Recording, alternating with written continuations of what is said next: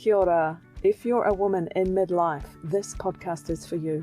Get ready to embark on a transformative journey where we tackle self-doubt, people-pleasing, imposter syndrome, and overwhelm.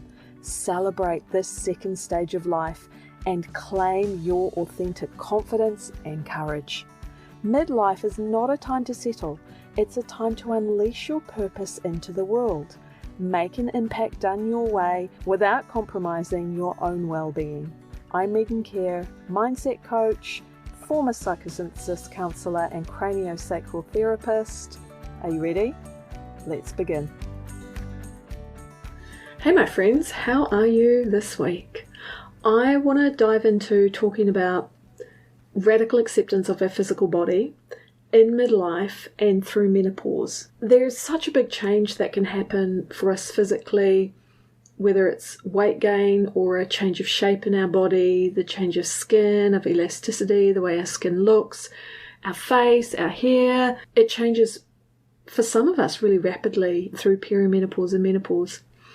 And I think what alarms me is how much of what we are fed through media and online and all of the info that we're fed about menopause is through this lens of halting aging, of getting back to the body that we once had, of keeping our looks remaining the same.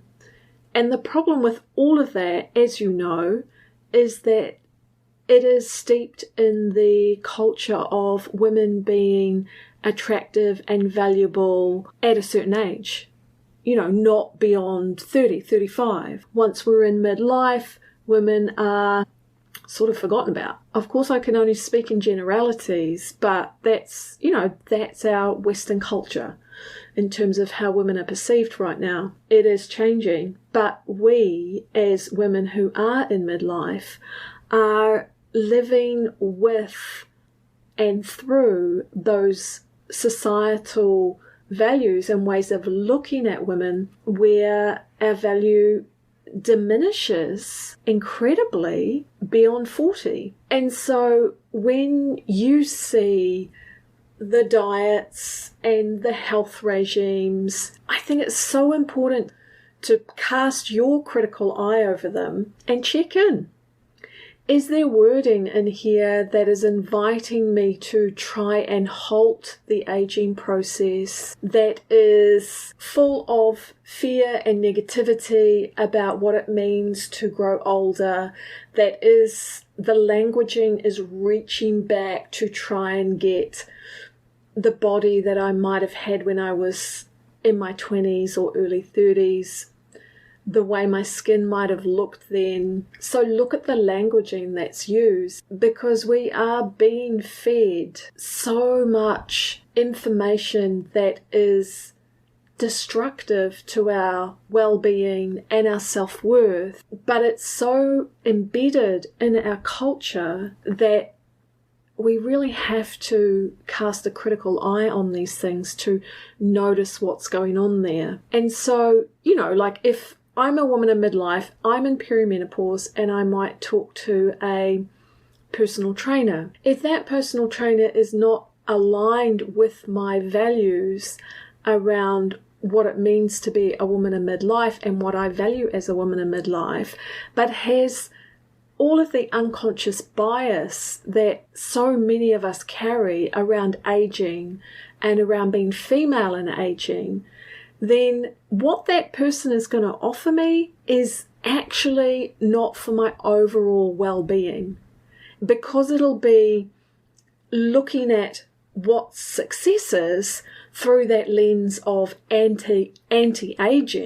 Then what I'm going to get served up is not going to be helpful for me long term.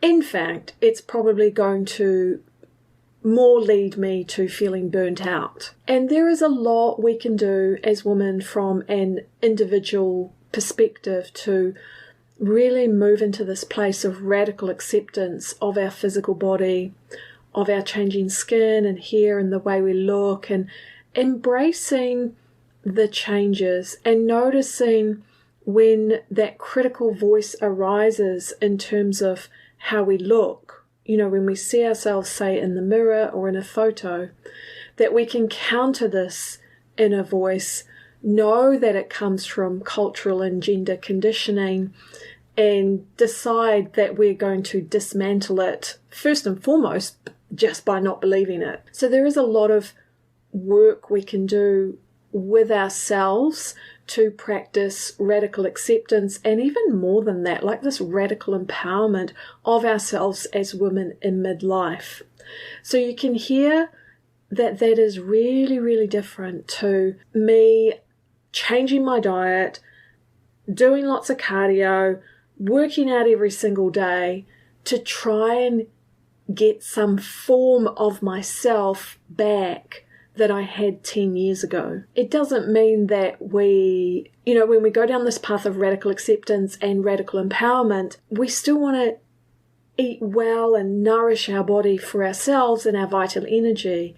We still want to be able to move and be active and be strong. But how we measure when we're doing well, how we measure success, comes from a very, very different place. And so that's what I'm talking about when we deconstruct that gender conditioning that really slaps us in the face in midlife, and we step into an age of radical empowerment for ourselves as women. And because culturally, generally speaking, we're not there yet, we have to think really critically about what we're seeing, what's showing up for us online, what we're reading, that maybe if we're not looking at it from a place of critical thinking, we just accept it the way it is. So much of that information devalues older women. I think what we need to do, and what has helped me and is helping me, because it's like an ongoing journey, right? I'm not sure that I'm definitely have come into much more acceptance of who I am, how I show up, what I look like, how I move, all of that stuff. But it is an ongoing journey because of the culture that I live in and that I'm a part of and that you are a part of, because this is how change slowly happens, right?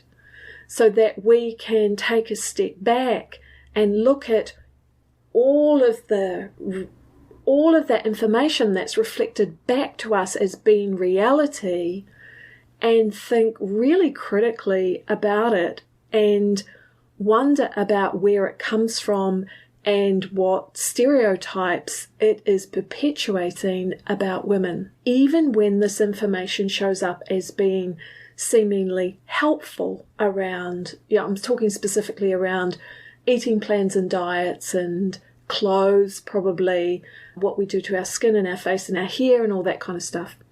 And I'm all for, of course, we get to play and we get to choose and we can do what we want to do with our bodies because we have choice around that. And there is no judgment coming from me around that. But I think it's really important to understand for ourselves, why am I choosing that intervention for my physical body? Why am I choosing that way of eating or that diet plan? Am I desperate to lose the 10 kgs that I've gained in midlife? If I am, why? What is that based on? Do I subconsciously think that if I lose that weight, I will look better, therefore I will feel better in my body? So who says I will look better? What paradigm dictates that I would look better with 10 less kgs on my physical body of weight? You see how that often comes through that lens of that stereotype of how women are valued, of being a certain weight, looking certain ways, a certain age. And that is something that for us, if we can break that down in terms of how we see ourselves and how we see the world as individuals, then bit by bit as a collective, these things start to change. And I am not suggesting it is an easy path.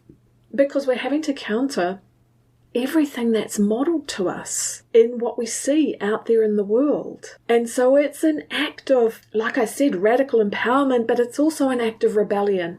But this act of rebellion is going to give you your confidence and your courage and your mojo and your vitality back at the core of who you are.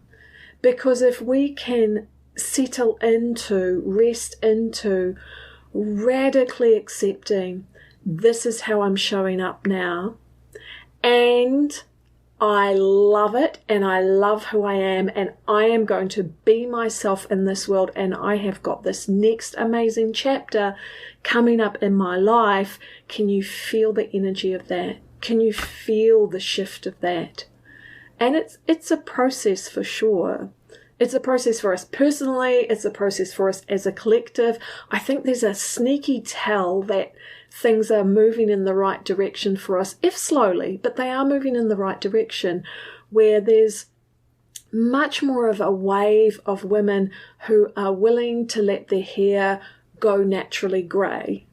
And they are obviously, they're looking gorgeous and stunning with their silver hair and their grey hair. It just is gorgeous. But can you see how that's become more normalised for women in midlife? And I think even 10, 15 years ago, it wasn't as normalised as it is now.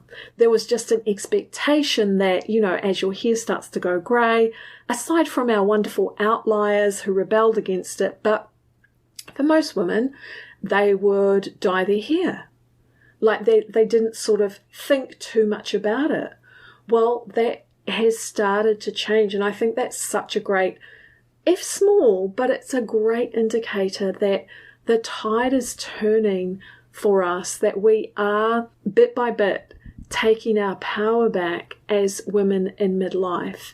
So I'm not going to suggest that it's been particularly easy for me going through menopause and seeing the changes in my physical body and the change of skin, and definitely I've put on I don't know, but 10 or 15 kg, something like that, and having times of battling with it and trying to create change, i.e. lose weight.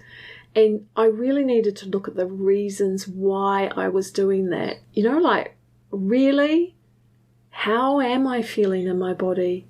How is my vitality? How is my energy? And I think there's a stage that we go through in midlife where, because of the changes that are happening, we start to disidentify from the physical body as being important for our self-esteem and our self-worth. And, all of our conditioning has put us in that room where, how I look, how I show up has a direct relationship to how I feel about myself and my self-worth. And I've had some tumultuous times with that experience in my life, going through chronic illness in my 20s with Crohn's disease. At that time, I lost way too much weight. So I was just under 40 kgs at one stage, which is ridiculously unwell. And to be fair, at that stage, I couldn't look after myself. I couldn't really bathe or shower. And I had fistulas, and I had to wear an ostomy bag for, I think, a year and a half. This was when I was in my 20s. So this is in that time where potentially our physical body is looking pretty good. Well, it wasn't looking pretty good when I was in my 20s. It was looking really unwell and sick for a really long time. And I battled with the fact that I had to wear an ostomy bag. I battled with the fact that I was so thin that just about every person I talked to as I got better commented on it. That was just one of the, the impacts of having Crohn's disease, is that I wasn't absorbing the nutrients. I just lost so much weight when I was really sick. And then I had to deal with the scarring on my abdomen and around my navel from the fistulas, which did eventually heal, but they left a lot of scarring. And then realizing that my body was never going to be back to the way it was, like physically, from the outside looking in, and making friends with that, and realizing that for myself as a young woman, it didn't bloody matter, right? It really didn't matter, and that this physical body is something that moves me through life, moves you through life, and it does its best, and it will have scars, and it will have imperfections, and as we're in midlife, it will, show signs that it's in midlife. But that I shifted my relationship because I was forced to, from being so sick for so long, I shifted my relationship with my physical body to being much more friendly, rather than me trying to have power over it to make it look a certain way, so that then I would receive the acceptance from others, so that then I could accept myself.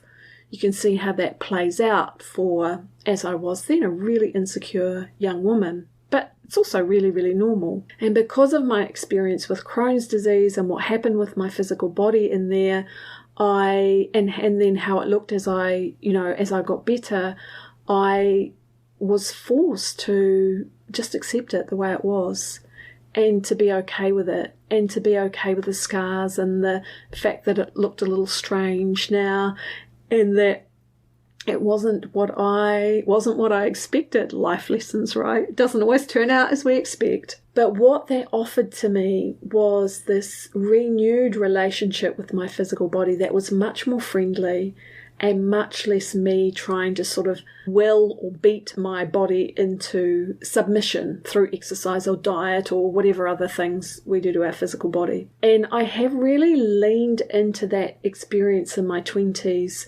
as I've been going through menopause and midlife and seen the change in my physical body. I've really leaned into that relationship with body as a friend, as a vehicle for you, your heart and your soul as you move through life. And I think that that is a really helpful perspective to bring forward for ourselves in midlife, because I know, and I hear, and you would hear from your friends and acquaintances and other women in our age group, that it's tough to be in that phase of life where previously I could have guided my body into being a certain way, i.e. losing weight or changing shape. But in menopause, because so much changes in terms of our metabolism and hormone balance and hormone fluctuation, what worked before doesn't work now. And so then what we see is a lot of us trying to find the thing that works. Is it keto? Is it intermittent fasting? Is it whatever else the new wave of how we should, in inverted commas, eat, be? And what I'm suggesting is that if this is coming up for us, let's take a look at what our underlying subconscious motivations are. Because if they're coming from that place of our gender conditioning, around valuing ourselves as a woman, it's actually time to really break that down and to throw out what doesn't work, throw out all of that societal conditioning. None of it's our fault, right? It's just the environment that we've grown up in. So let's not blame ourselves for it, but let's sort of deconstruct it and then come back to this neutrality, to this place of acceptance of my physical body in this moment. And then for me, I love to think about this idea of radical empowerment of, okay, so if it's not that, if I'm not going to look after myself, and if I'm not going to look after myself from that place of this gender conditioning that I've grown up in, how do I want to look after myself? What is going to be important for me going forward? Is it my vitality, my strength, my flexibility, my resilience? and the beaming life force of my heart and my nervous system and my energy showing through my eyes and my skin and my movements? And if it is that, then what can I do to support myself in that? And so you can see how if you do come from that place of that radical empowerment of ourselves in midlife, then what we choose to do, how we choose to move our body, to strengthen it, to what we choose to eat, is coming from a very different place. And I'm going to say it's coming from a much more holistic, whole place that is going to serve you for this next chapter of your life, because coming from anything else is going to lead to burnout, is going to lead to disappointment and despair. And it's a bit of a leap. It's a big leap when everything else around us is showing us something different. But we're seeing signs that this is changing. We're seeing signs of more and more women radically accepting themselves in midlife, and not just accepting and fading away, but accepting and empowering themselves to step forward in their life, which is so key and so important, and you are so needed in that. And the more of us that can support ourselves and support the women around us to do that, then we start to make a change in the collective. And that is radically exciting. So my friend, I hope that has been helpful this week in terms of an approach to really embracing and radically accepting all of ourselves and redefining what it means to be, what it means to feel amazing,